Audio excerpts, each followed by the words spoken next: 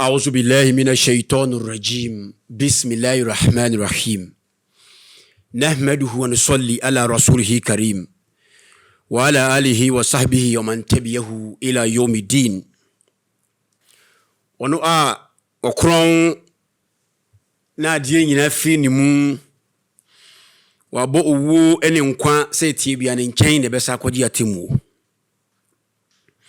wonipa biye nim ne beto no wochina anasisi ame kesei otumfo nyankrompon yetumi nyina ti no de basasi so se yema ne nhyehyɛ yemrem momemo ye homodene ne yemfa ne nhyehyɛ nya adwuma sisa wotu oman kura mu na se wonfa oman no constitution enya adwuma oman no onsinimu aseda ekron kan otumfo nyankrompon so wama ye nkwa na nkwa na chi no obema ye wuwo na ne nkyɛn ene ebesa na kron nye ne yetibia foforo mu ene meka se muslim ni abrantie bia ye frɛ no Yusuf Tijani ekɔ Maame Grace show na meka se meba be ye analysis kitua bi ewo nasɛm no ɛho me bominua no abaso me bona baso pa yi se Maame Grace se wo pe no kore na enye YouTube money se de bia me kan tina ote wo de a ene wo se hu se ablantie no approve no beyond of doubt say existence of God no ewo ho enye o maame ene bo no se de mo keka no na ansa na mekɔ ene teachings ne so no wo two segment de edi kan ye papa adom kyedua ani enura achi Again-nyankontɔn ayefe no kotokuro du no onzi umienu yo nyankontɔn ankasa ho ne wo ba ku bi a efa bosome no ho anasa awia no ho woro bi send video ma me se show beti o osofo wo em sofo pa osofo se ninti na sa rombo na efa awia no ho no ato ena nsori mei eye dede sesia awia ne dane enya senko awia no sesia antimedia fo no abonti wo sesia no sesia de mo aye no enya senko to akra onyame banoti eye dede na mzi oh edi asem kro na ato onipa da sani onipa onyankopon abɔ wo suban so se ne nse so kyerɛ se ɔbɔ moya edi mu rombo any sa round one na eto ewo wie mu no nyankopon ne sign ni bia enye se eto wa na kyerɛ se osofo ye sofo papa ewo se okoma no meti wa na fe video fro saba ye yennuanum asdifo mom yenhwe no mra oh yawe baba dasu biom asare dan ni oh baba dasu oh enini baba le sane mra oh libi yawe o ti asifo ni ma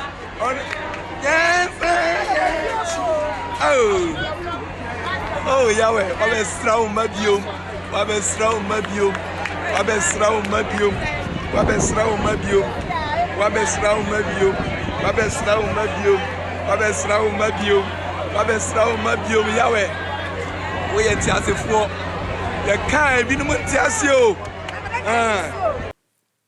wo monso soso bosese Sabbath day no memenda no eda nyankopon ayi saa rainbow no edi a kyerɛ wo mo kyerɛ se Sabbath ne ye papa dum kyedua won say de bia me kase obi bia oto ade wa so de mu bia oyentrekes yazan obi bia wo mo sell ade wa so de mu no omo nyina ye enemy of God. They are enemy of Christ teachings because yes Christo me dofo ne say meja fie nye dwadi bia nanso mude e baabi a akromfo ne awifo tie die ntina nyankontɔn beto wie mu a kyerɛ sɛ obi meto miracle items. Ye ni prayer kadie bia wo wiase. Muntie. Ye ni adie be fe ni prayer kadie. Adie ma mpae body mu eye usuban. Nkofo obi yiri jakro no eni nkonkonsa ti nhoma otumfo nyankopon hyehyɛ asa. Enkonum suo bi ngu yam so bolo bi ngu yam se eno na eye prayer material na nipa no a ono na bi na dwuma no e de Yesu din akata so na wo gi musika na mu bosi ade yeti o man mu a so obi kurawu na ekosie ni nsuo to a yesi nipa na ekoso ahimam o man be nie obi yewu a yekosie na nsuo ato no yeso ekoso ahimam emla Yesu ano sa na ho pa ebi nie nyankontɔn ato papa dum kyedua kyerɛ sɛ eye ni nti na ato papa dabi Unye Yesu Kristo difo. Oto ade wa asore dem. And it's not right to sell miracle items. And utechi nsikura no. Ento asumu. Me ase me efa me Kwame Nkatia. Kwame Nkatia mete hɔ yi. Papa dom kyedua sɛ me wu ma ngu me menda ala mo aso ame. Kwame nkoma o me menda. It was you, do obey we are singing a differ who de were women mendenti or cobum semjim. Where are teachings? Papa dum chebi a triam and a papa or buff one will be nimo. But in your crack, we are the same people. You are the same. You are selling things. O kata obi diaso and a fay would the huna metcho may you say, Papa ain't chebia obedao. Tie, we nipa. We are nothing. We nipa de seni woda. E mra what da fit 12 o'clock okono. Obi a oni ni gina call to be a refi. Sika wodi miracle items ya je e wo hiafo ho nyina refi. Ti sa wo sori ansa na wo say, "Oi, say me no obi wo manso wo court na wasoma obi." Wo ye hwan? Me de stand me ye wo counselor. Because I am for so kwa him for never won China. Any lawyers no or musika or muji free woti or tufo. Oh, Nini, come down. My yes to subanya Italian show. Papa dum keje me catch that will say, oh, so some I say lily. Oh, some in some year different. No me yes sumoja na won some best in some way. Where do you call him? To where the crabby America say Rombo na atonoa. As the four claim say Yankopon na ayi rombo ni se sabati ye. Papa dum just there be onu tell rombo ni ba ye ni nyina nya no kore. Esom enye rombo enye awia. Yankopon bo awia se emmo ye me solar system. Enti de hia se obetete nkorfo no e wo Yankopon no kwan so. Nye se wo ton no mama wo mo na wo wia wase me ya adoye. Oh, na nkorfo ani age. Unum ha mani yeto de age usika. Ene nye ho asam beka ne we ye taw. And now someone is very important to say. Maame Grace, there be a say Muslim you about talking Maame Grace you be a You need to talk to him as a religious people. Abrantie baako o ye Muslim ni mabona me se me man 80% Muslim fo akọ nyina no. The man called Yusuf Tijani, my brother baby will be a chiao. Oda makoma sopa media kamenya sa teachings ya we yinka eno nko na fa preach me nko na sesemo na youth ya da wa moto no ho dabi e wo se sa ansema hokokan no ho no obi anko video no o Maame Grace wo full video no ho no o kasafa hijab ho ne ho asana mmeka na emom de ntia mete ye existence of God ni here logically e chese Nyankopon na bo wiase enti e wo se ye somo no e na menua Tijani ekoye na me bom nsem ma menua wa ya ade maybe say bia woni me nya adwene wo me nchirechire bi ho but we are brothers, we are all Muslims. The people claim say me nye Muslim but me I claim say me ye Muslim because Nyankopon ni mo bi o ye Muslim enye man no keke enti ye be ko video no so na video no enti me man 80% na other percent ye 80 kwana say 89 and not 10. That's 100%, 20% you will and say, Minua Tijani can say, Nyankopon Allah no, and as Allah subhanahu wa ta'ala, sabihuhu, a ye na ya ne dia no, nature. On a yasum nature, and untina metiha. na me be clear sa asem na me nua ne kan ye no apart from you know wasem bi a wo kan ye fa existence the way wo ye analysis e fa abodi ho ade a ye dua ho na ma me great say ada nyankopɔ otumi a ada ntina wa ma bode amo ada no a oh ma me grace calm down mami na YouTube no do obi a YouTube no kro me religious people na sometimes ya me mfa bre mu mount to the sense say ade bi nye no kre na ye ka ye ka ebe ye no kre wo mani so sa na ama ene o metete ya pansam ti asema me kan yi pa ebe ye no kre wo nkofu ani so nti bi mohye mu kotenetena honom eye maame ne bo me won na ewo me na religion is a madness ena bi mohye ka kire maame Grace will say fasting na muslim fo ye no mo bi nka se nye enso ni previous video say fasting nye fasting ma muslim fo wu ntem ena be bo ni nyina gu das binum nti nipa na maame Grace ena wa ma ugidia asai no o kan semo a etia de o kan pass contradiction yemfa bi mohye gidie wonyo bi a o ye reliable person yemfa won to no so ni contradiction ye bebre yenko minua tijani video no so na yemra.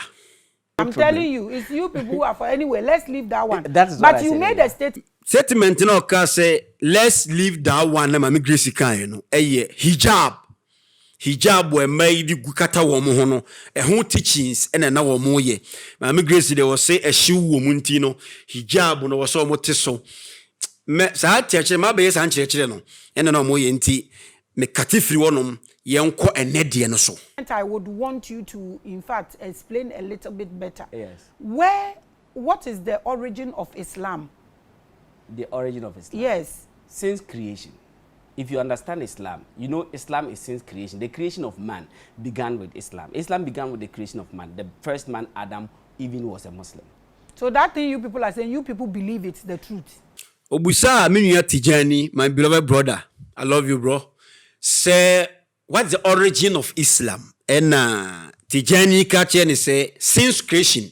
Emna yankopon otumfo no ebo wiase no na Islam shasie and it is right because Islam aslama ajroma hobrasia na se asumdwie no yankopon de asumdwie na ebo ni wiase nipa na yaso oden na yekunkum ye ho asumdwie so Islam na ye komisheni Muhammadu ede the name Islam on na the founder of the Islam amanfo nyuntum but ye no correct. Komisheni Muhammad is the founder of Islam, but the main founder no eyotumfo nyankopon. Nemo the name no the ni pensu yenya edi Islam no Komisheni Muhammadu. He is the founder of Islam, but the main founder fin hono yotumfo nyankopon. Yo tumi nyina etire no yenko. When you understand Islam, look, what is Islam? Have you ever thought of looking into the meaning of Islam? What is the meaning of Islam? Good. Islam means submission. It's just a word. Sa asem we no baba Shuaib me yana yinu me correcte. Islam means submission. Islam no submission no ekwa Arabic kasemu a na ye Islam. Nti so ka say Islam means submission a tautology. We ndi enye menua no kwa ne ka bie.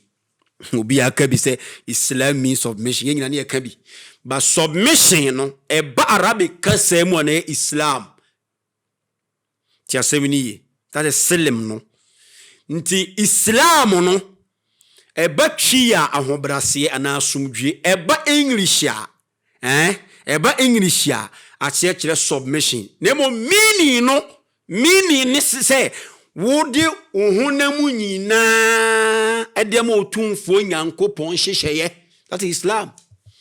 Nti Islam means submission akoso obi wo ka say Sharia law da bi ka say tautology Sharia no eno ne law to so ka say Islam yani Islam that is it's not right and we need the main point here metewa yenkoso submission to who? To the creator. So which is who? The creator. Which is who? Which the is one who created the heaven and earth and everything. How? Explain how he created them. How he created them. Yes. We enter na metia say no. Maame Grace episode chire say. Abranti ya ne say, minua ne say submission, you know, ye di ma otumfo nyankrompon. And I was who? And I was say the creator of the universe was all explaining the reason why they can't find so bo we are saying. He was all explaining because on you nti enu nti na meti ya say yentu aso. Good. Logically, Logically, of course. Explain. Of course, logically. What I would say is that you and I were not there at the time of creation. But so I cannot understand the knowledge and the wisdom used in creating whatever is being created. For example. Thank you. Ekwa Nyankopon fa so bo wiase no. Quran no Nyankopon ate ho de a kire ye. Na emum nyansa nyina source no kon fa so boy no nobody knows. But wa be kire ye say entokwa na ye ko a ye pese ye hu di ode ye ba existence no wo de asoma komhefo de abre ye. Ye be komu na ye bi afri Bible no Quran ni de abekire. Nti ye nto aso. Me as an example, as I sit here, I'm a human. All I know is that I'm a human being. And I know I have come into existence when I was not in existence before. But I didn't bring myself. So I will not be able to fathom or even understand. You didn't bring yourself. Element. Who brought you? Good. That's what I'm saying. The fact that I am here means somebody brought me. Who brought power. you? Who brought you? The power that made me brought me. The power that made me brought me. The fact that I didn't make myself means somebody brought me. Your mother and your father, what did they do? My mother and my father. Yeah. What I would say is that some people even go further to say that your mom and dad created you because they gave birth to you. Oh, I'm just asking you. The question that Maame Grace asks my brother and say, "Oh, Maame no papa, I didn't know mo ye." It means we no nim die mu no. E ye o Maame no papa na bo. You know, when the put the seni dia na ama na kukuduro atia ne Nyankopon defo no. San Quran naka. Nti abrante emi nwane be chirim ye nto aso. Your mom and dad, they were the passage. They were, let's say, the container through which the maker made you. This is what I say. Your mother and father. What are they? Nti abrante ene say ye Maame ne papa no akoyese container Nyankopon de ye fa mu ba wiase, and that is right. And emra wo to aso na wo ko say nature anytime tia na mebe sa collections no Nyankopon onye nature on the nature ne baye, and ye be call the meaning of nature ne hu Arabic lexicons, any English lexicons, any Quran na ankasa. But the point is that me nua no person wo kire say ye Maame ne papa mo de omommo yen ne mu Nyankopon de ye nam no so bae. But Maame Grace ebe pushi ni say on chire mu in feather yen hwa de. Since God or what you may call nature used them as a medium for you to come into existence. So is it nature that we are worshiping? Yes, we are worshiping which nature. One? That nature who created heaven and earth. Nature created. No, nature did not create anything. Hana me can say, tell me man 80% no. Me bona baso. But here say nature or cancer Maame Grace say any day because of say me Moshe see nature bless you, nature bless you. Obga Nyankopon bless you no. Omo see nature no see enua ensuo me pon efe nature. Enipa kwa ye nature. Nti omo dwen say we see ye ba kwa nyo obi ende ye ba e. Nti nature bless you nti wo cancer no. Me nua muslim ni cancer no. Maame Grace ani age. Say nti nature ne ye som no ana nature ne ya la no. That is wrong. Nti am tie say ye nto aso. Nature who created heaven and earth. Nature created heaven and earth. We call that nature Allah. That He is the creator of heaven and earth. Oh, okay. So, like I said. So, minya tijani say nature no mo friend Allah. Hana me say that 20% in the mabe ye ho chire. It is not true that nature ya Allah. What is the nature?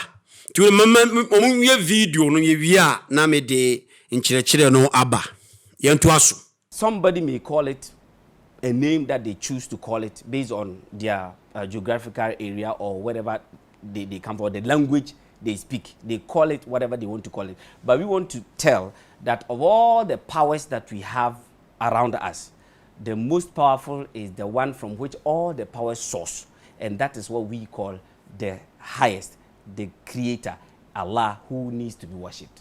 Yes, ye fena Allah o si asomo na emum ye onye nature said ye o kan o hono mo no. Nti ye ntoa eno so. Okay, so Why? So that we will get you fruit. believe that it is God that poured down rains from the sky Of course. at this age? Of course. Why? Why not? With all the English you are saying, you believe in this? No, why not? Mami Grace, sometimes I was so ye. Mami ya baby ya wuti se sie no. E bia 20 years sen na wonte ho. Ensu a etoi no. Ena abrantie se Nyankopon na mansu to.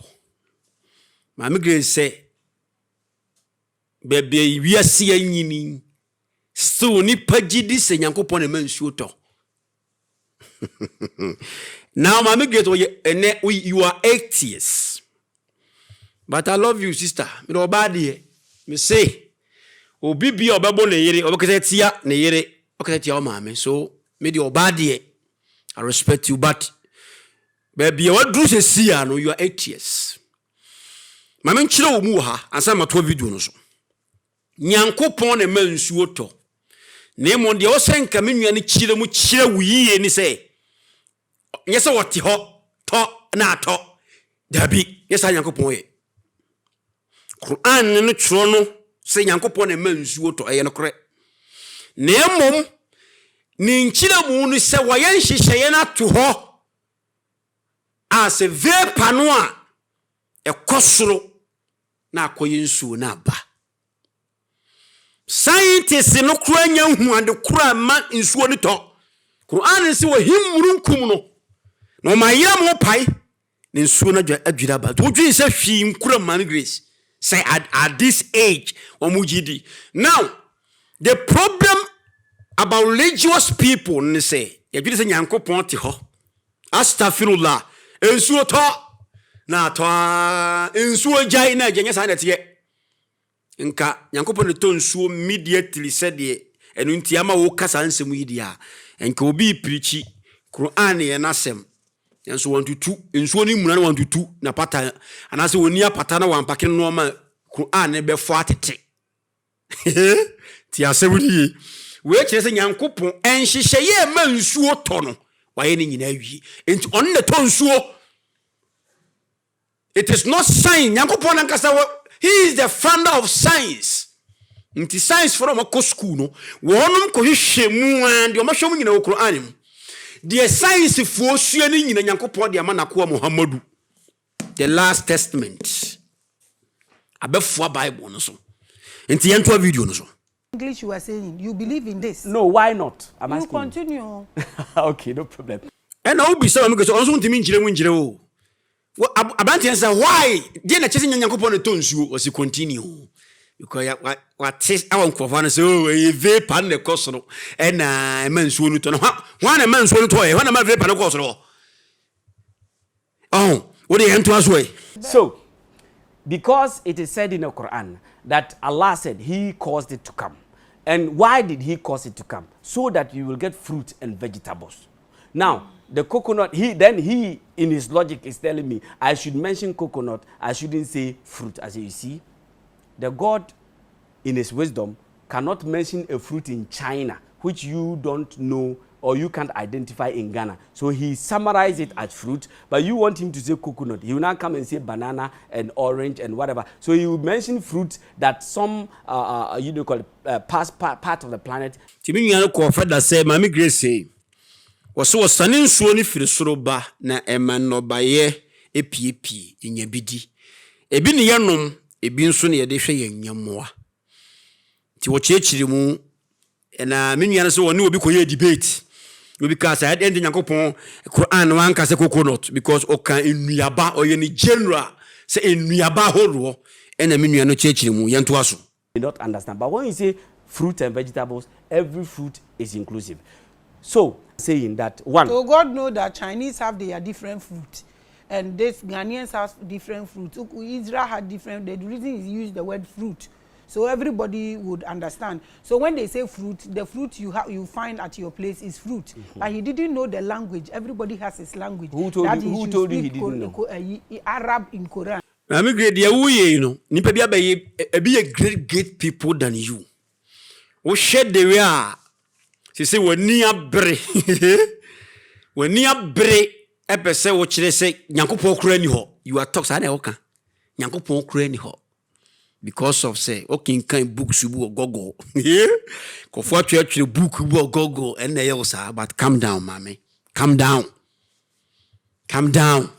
the we we no uni hunim dia ketekete kura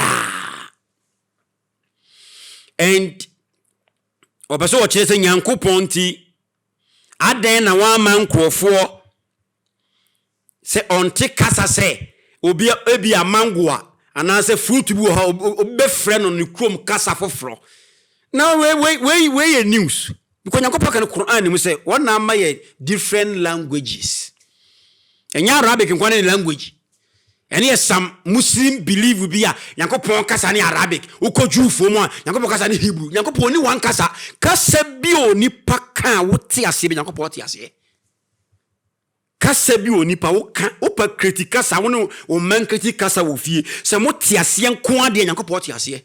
That's God we are worshiping. And ya one language and a Quran na ya Arabic se komsheni Muhammad eye twini an kebe ye twi asa na yakokasa bi yemu ye nto aso. You see, you are talking logically. This is a common question I'm asking you. Is it not logic? If you are God and you know that every place has different things, but you didn't know that every place has different languages. Who said he didn't know? You continue with your... Who said he didn't know?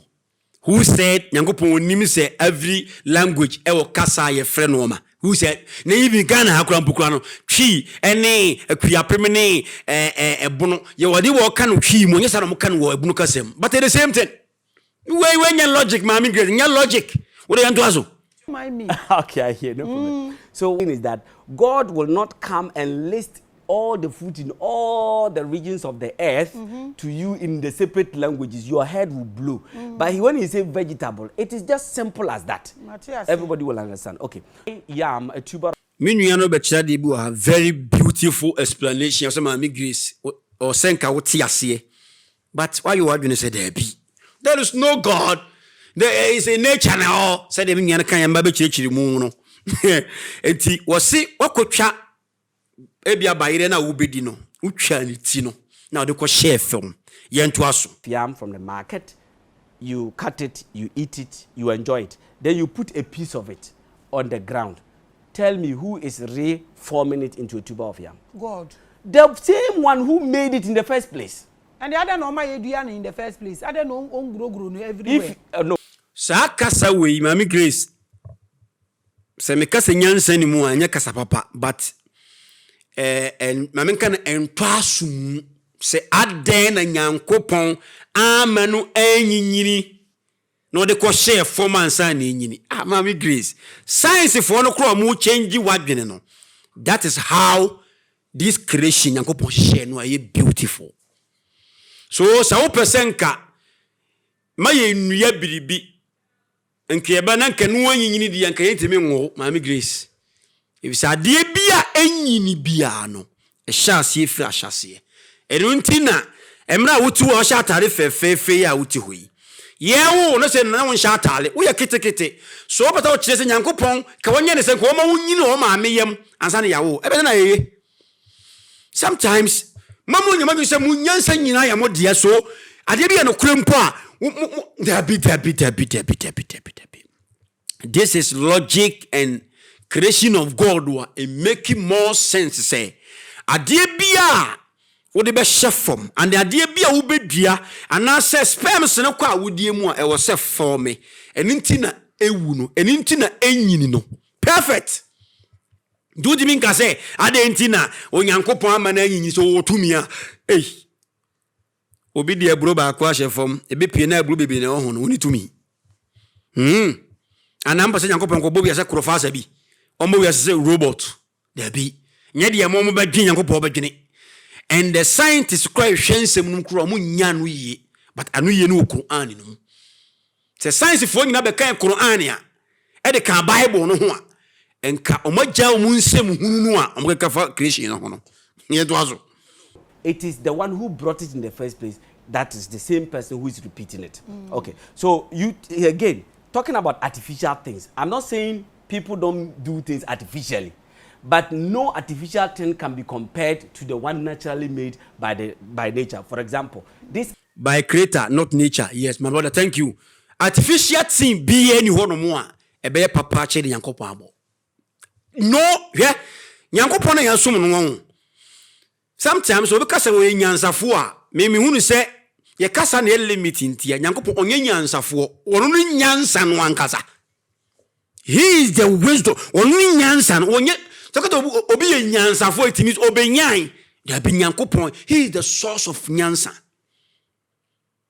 Odi opa onzawi se etua Maame Grace unsa no tua na wo hwene wo so wo hwene ni se Yankopon de boy tal hompe kokoma nyeti ya ho nto da every artificial thing or how nko a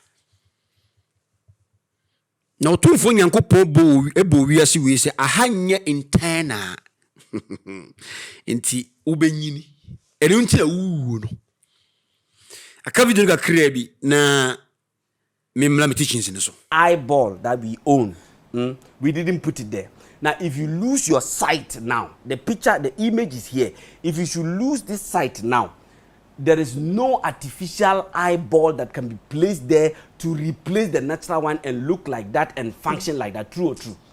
Thank you, my brother Tijani. Thank you, my brother. Maame Grace to aidi do kan ye no correct. Wo pa tu anyway. Ni yankofa bi mesho entimi hu ade se we da.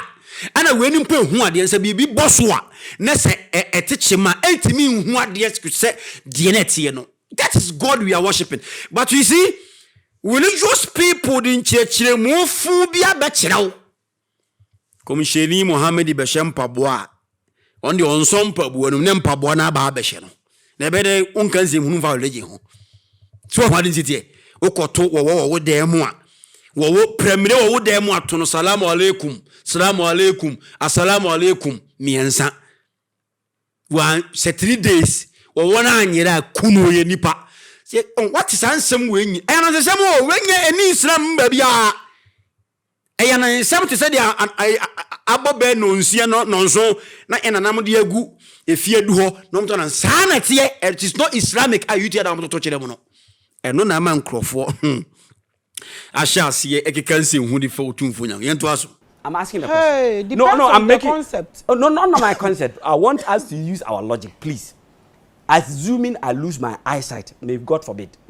You lose your eyesight now. You go for a plastic surgery, whatever surgery. You put an artificial eye there. I'm asking you, they will put the image back there, but will it function as it used to be? It's an honest question. You agree it will not? Good. So logically, you know that anything artificial depends on the natural one. For example, if I have this camera and this natural one is not working, what is the use of the mobile phone? How do I even operate My it? brother, that's why I'm saying limit the speed. Because there are phones that, excuse my language, those without eyes can see and type. I am not even done yet. Enti minua Tijani video no okoma me Grace wa benya full video no he. But nature na odi ba mu nko ana me betena ho na me maye ho nkyerɛkyerɛ na ma kyerɛ Maame Grace enye o maame na ebo no o maame na opahia mu no kwan fa ayi sperms no fa so ye nipa you don't know idea now minua Tijani say Allah aye nature nti yesum nature da bi se ye ka se nature nature ni meaning an sa abode. That is nature. So Nyankopon onya abode oye obade. So minua Tijani hande say wo temi nkyerɛkyerɛ ya faka ho because Allah is not a nature. It is he who brought a nature. So nature mean abode ahodo ne fi nature. Ensuo, enua, mepo, asasi, esuri, enframa, ewiei, nsonoma, ene efe ni nature. Wo nipa da sani su ye nature. If say eya abode. Oko luga tu arabi yemua. One mo freno tobi atun that is abode to be atunde pure nature. Now, Maame Grace, I had it me we say ye wo de, but ye correct me nua no because we born on modern pa ye. Nature, ye said to us nature, ni meaning of nature so. Nature is the phenomena, physical world, including plant, animals, landscape, produce, and human being creation. That's nature. Nature means the nature of world, the living world, mother nature, creation, the world, establishment, earth, mother earth, landscape, any nature. So onyankopon ene disa nature ne baye inti nyankopon onye nature. Now Quran chapter 2 sura fene bakara mu otumfo nyankopon say bada uzubillahi minash shaitanir rajim bismillahir rahmanir rahim kayfa takfuruna billahi wa kuntum amwata fa ahyaakum ثم يميتكم ثم يحييكم ثم إليه ترجعون هو الذي خلق لكم ما في الأرض جميعا هني هي منو but top hono was say musi sign na mutie nyankopon Maame Grace musi sign na mutie existence of God wa bra na muni ha mu ya wufo nya maame na do ba ha o sperms no e kwa sperms fa begu egu wasini mu maame onu omunum ho he enti men kasa ho maame na ebo wo sa asem ne yankola kasa wasina mu ni existence na me de mu ba ha na mesa mama wu afiri ha na mesa nyane mu biem huwa allazi khalaqa lakum ma fil ardi jami'a me nyankopon na me body e wa asasi mu nyina that's nature. My beloved brother, that is nature. It is not Allah. Allah is not a maple. Allah is not tree, but the tree came from Allah. So, huwa allazi khalaqa lakum ma fil ardi jami'a. Onne bo bribia wa asasi mu ma yen thumma stawa ila samai fasawahunna. And odana ko hwe sura hodo no mani wie sura hodo nso saba as-samawatin wa huwa bi kulli shay'in alim na onimade nyina kulli shay'in ya ba ya hu kire in future the way kulli shay'in ana kulli shay'in yes sometimes and the drama all but nyene na meka ho asem so nature Quran am yati ase say nature is from God. God is not nature. Now, in the Bible, otumfo nyankopon as a siso, and say Quran libe kan we no, yanko honso so. If say me yusu ma me unu nyina, ni nyina fi otumfo nyankopon. De o sie mfiri o mna no machem ntie Bible fi nyankopon. Woka Takwin, Genesis chapter 1 verse 2, was say, in the beginning, God created heavens and earth. And another translation, in the beginning, Yankopon did any ho about this existence. Fil badi'i khalaqallahu samawati wal ard. Wa idha kanat al ardu mushawwashatan wa mukaffiratan wa tadgifu zulmati wajhimiya wa idha kana ruhullahi ya'rifu ala wasati mi'a. Ntinya ewies asasi eye wa amon hunu ne mom na ye sakasaka like a smoke form. Now, Maame Grace, what se wonti ase se enei aden enkrofo ka se nyankopon ene ma aduane fifie on a bo wiase on a mensuoto. Now, this is the evidence me dey man unim se me do Maame Grace nti minua no bo a me ambe koma.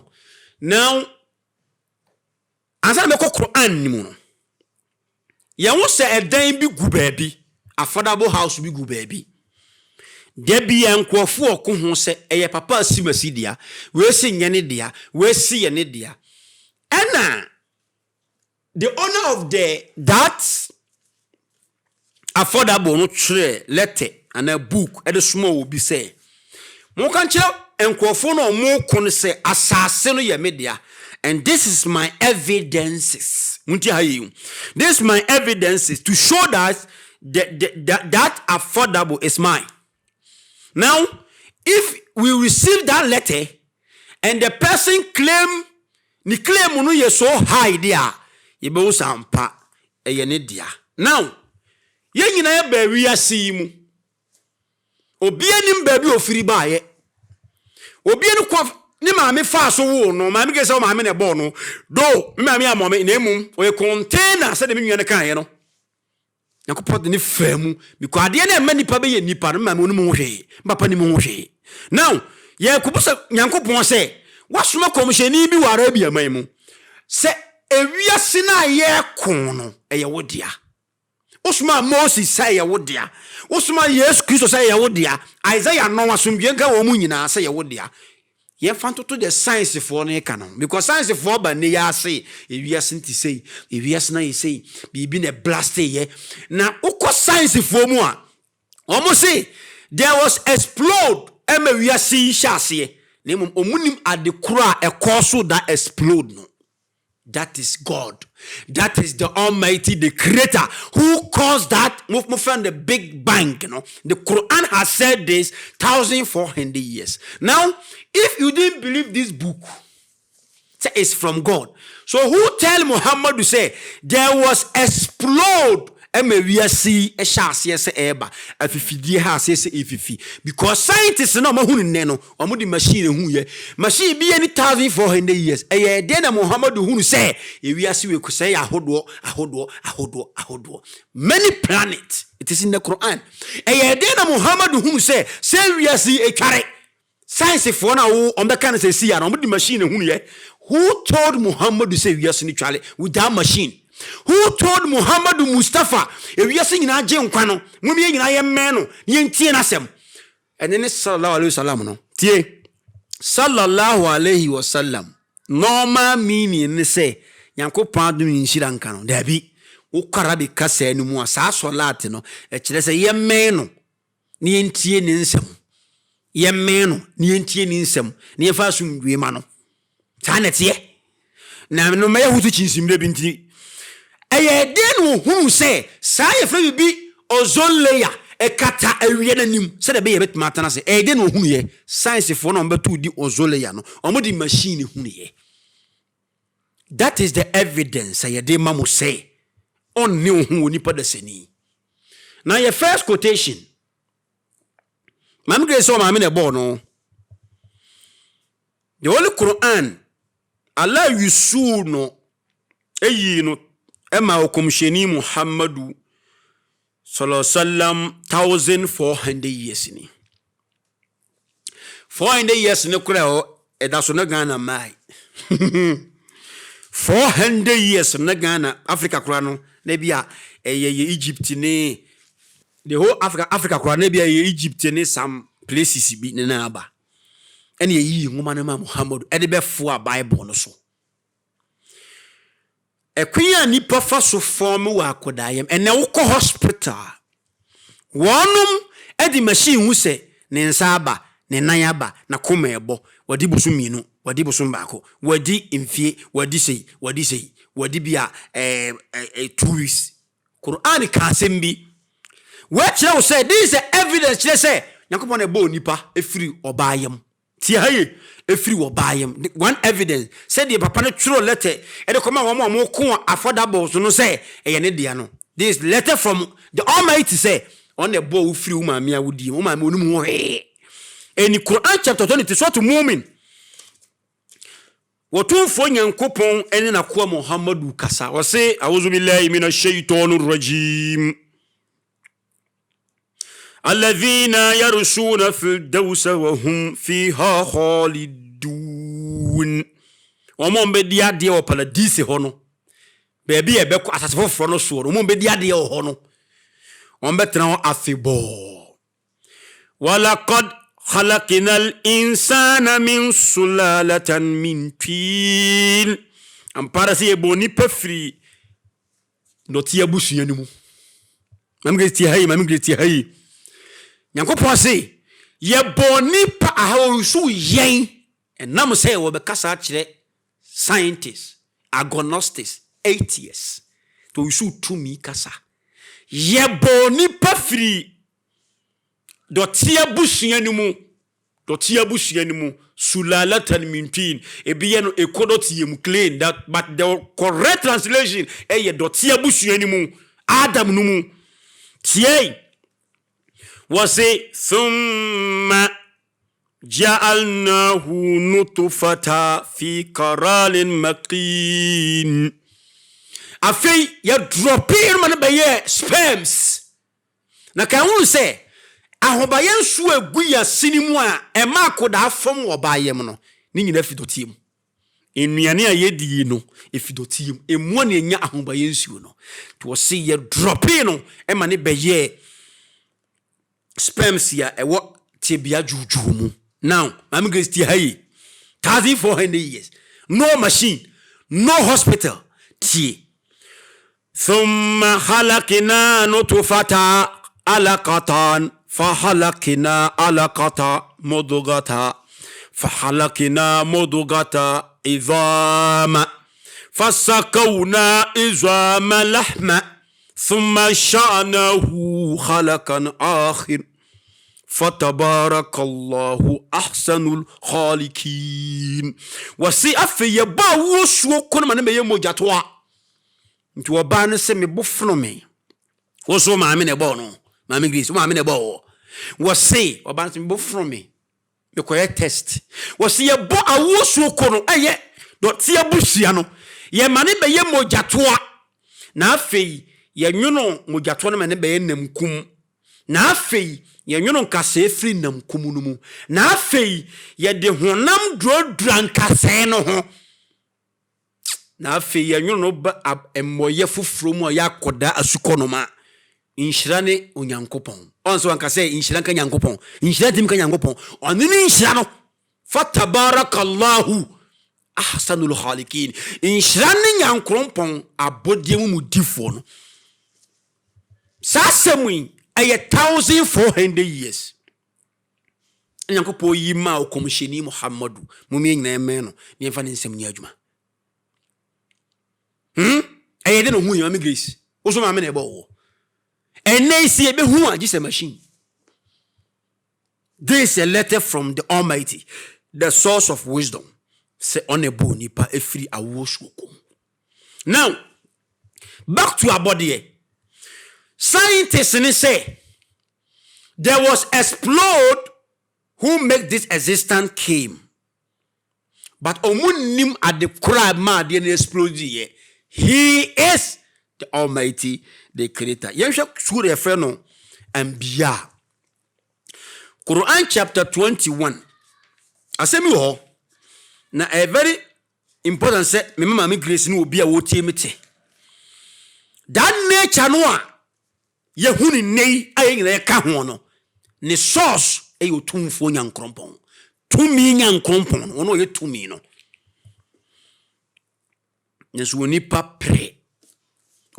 pre ne ho nyankopon kan sura ya mabie ya mu 21:38 was a holokali insanu min ajal onipa pre ne ho dodo ya pa dum chejua otimi kwan saa e dia odi wi ase ko hwotiri wo nyina afudwiri na tsemi die ne fita nko a o kwa no was onipa pre ne ho nyansu ala se ompre hu ni nyina no sa urikum ayati mechire mu menchire mechire mu revelation mense mechire mu fala tastajiluna min senchire ni ahodo no menchire ahodo no ama mami same se emrantem. Now ye kone verse ya 30 and 31 32 33 Pacho Maame Grace ti hayi the science for na kagu ho no Quran aka 1400 nyakopa aka dada na nyakopa be kasa asem we so on ma big bang no explode ye no the NF science for be hunu no a mo so munya hu the man explode nyakopa be ka no odika kan asem bi to aso tie verse 29 and 28 Osi na womu biara obeka se me ye nyame kwati no. Onipa ye nyame. Yes, na emu se nyame no be kire se we nyankopon so obi bi obeya hantan wo ne so ne nkire so no. Saa ono no na yedi amanehunu gya ne be na katwia. Na saa na yebetwia de bonyefo no ka. Emre obeka abode ne wasem de odidi kan no. So obi biara obeye asobratie no ni odi gya na betwia wo ka. Ija no de baba ye won kyerkyerem ne bi ehye gyawe but yen ija ne enim se ahinte obogyaden eburuja. Owie no nakopo tumfo no to aso se awalam yara alladhina kafaru anna as-samawati wal ardi kanata raqan fafataknahuma. Allahu akbar. Wasi Maame Grace any atheist agnostic anim diffway enti hunu se na suri any asasi yade ebomu baako na ala wisu word bi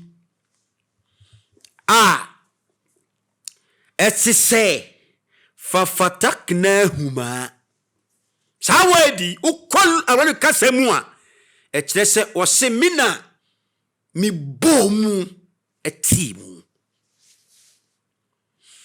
Sa word we mabe ye won kyerkyere adama be ye science in the Quran bi mu no mabe ye mina mi bomu etitimu. Now scientists for say omunim kwan a bibia e bossa e ma explode no ba ya this existence came to existence. Otumfo nyankopon atwe letter de ma okomsheni Muhammadu so ko ka kire won se eye me na me koso saade no hwesa munyi ni dia sa time yi Quran na ma komsheni Muhammadu yi no na science ni bia ni ho na machine bia ni what to see so okay bibi na bomu den wo hunu ye pacho mon trust na mon ponda na nyankopon sa tuwa so kan say ti hayi wo say waja'alna minama'i kulla shay'in afala yu'minun. Na adie bia nkwa wo mu na yifiri nsuom enti wonyi ni ana. Now science mi na ba say nyankopon si adie bia nkwa wo mu bia efiri nsuom science for say no kore na Quran aka 1400 years. The science for na marela omo ho no asem no na omo de aba che so omo woni midie no.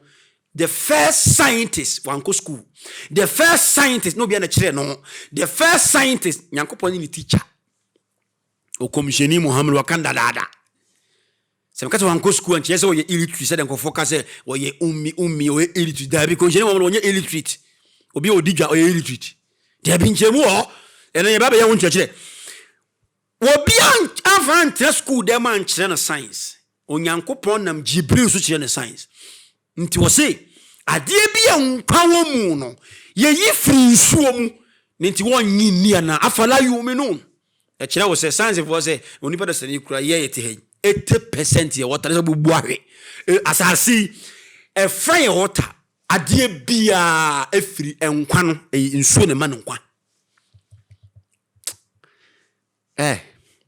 se wodi adum che adua mo achi ahon eni madamfo mu a mo tonton miracle items ni sa zanzam no ahon obaka yankopon ni ho omo ye business omo nya asofo yazan teswa me kaniye Allah sa to aso say mam ga ti haye wo sa to aso say waja'alna fil ardi rawasiya an tamadda bihim.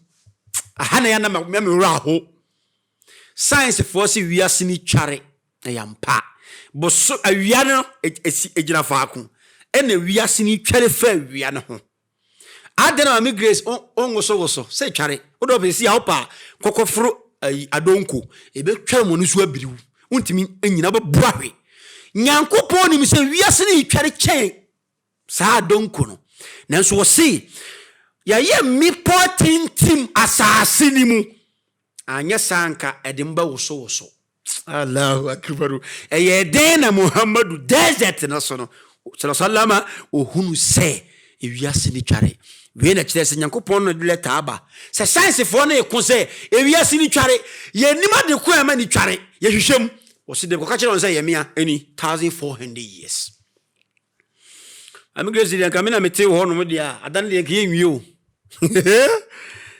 but minua tijani ma bona baso akonkode pa wo se wugitum wo se ye de motan abubo asase ni mu pinti anya asase no kedi mu betware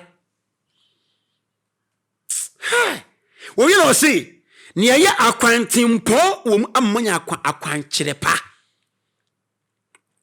subulan la'alakum yahtadun Allah sa to society hayi وجعلنا السماء سفكا محفوظا هنهم هونو وسي also suri yahodo onson Quran yaka saba samawat wakan many places ahodo onson no Quran oko numlis ma ebro sana sanse fone kan Quran the same thing now wase esuru na ben ye no sama na eka sama e kire layer no esuru na ben ye no ai hunu white no Nyankopon se waye no safakan mahfudha wayen well protected was sealing no science for no ba ya omo se ampa ifa bi ozone layer no e na akata awie nanim asili awie no kan timi ntena ha Quran aka na 1400 Maame Grace enti wo se we coincidence samu nyi ntum se we afi Nyankopon wo de ene de wo de Quran ba Nyankopon o ye asam no ye krese wo enta me de affordable house ne ye mfato ho kire wo se emra nkoofo ko affordable house no ho no de ye ne fee no o kire letter de ba se munya akon ye me dia science fo ne mu nyina mo prese wana de ba wiase na de na wiase kura wiatimi bo Nyankopon se komsheni Muhammadu ko adi for di kai fakoto aso se eye wo na wo de sankatanimu no akata animu eye den na komsheni Muhammadu wiase age nkwa ne huye senye de oboy ne ka kire no a we de no huye we na ye ka kire wo se onipa wote ho a eboa oni ho atemu da ho hweo na be yo se sini to se ya ya sunu nkuruso aboho ban yie owie na wo ka kire Maame Grace se Nyankopon na ka sa oti o se wo se hum an ayati wa hum ayatina ayatiha mu'ridun wose nenso hwe wadane won ho afiri mi nkyerɛkyerɛ ho maboa wo mu nyina maka bi still wo mane wo mu afiri nkyerɛkyerɛ a mede ma akomhyɛfo no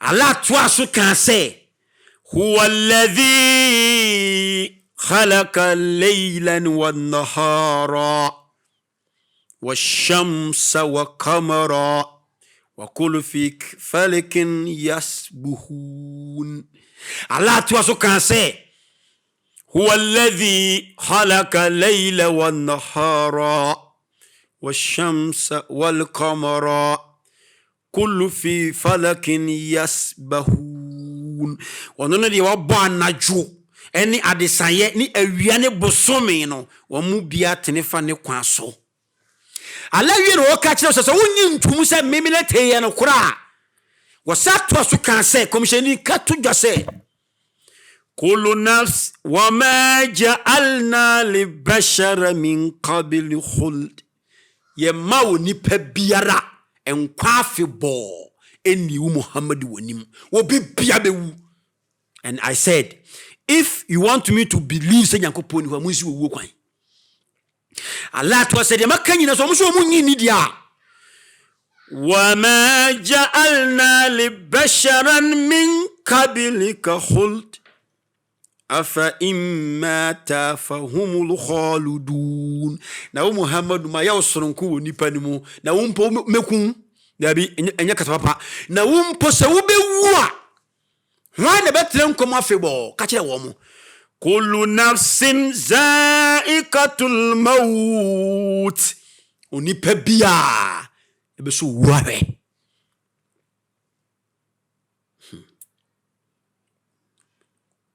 wanabilugu bisharri asema bechirim wanabilugu bisharri wa khairi ede papa ne bone be so ma sana machirim ene minchiri mu ne.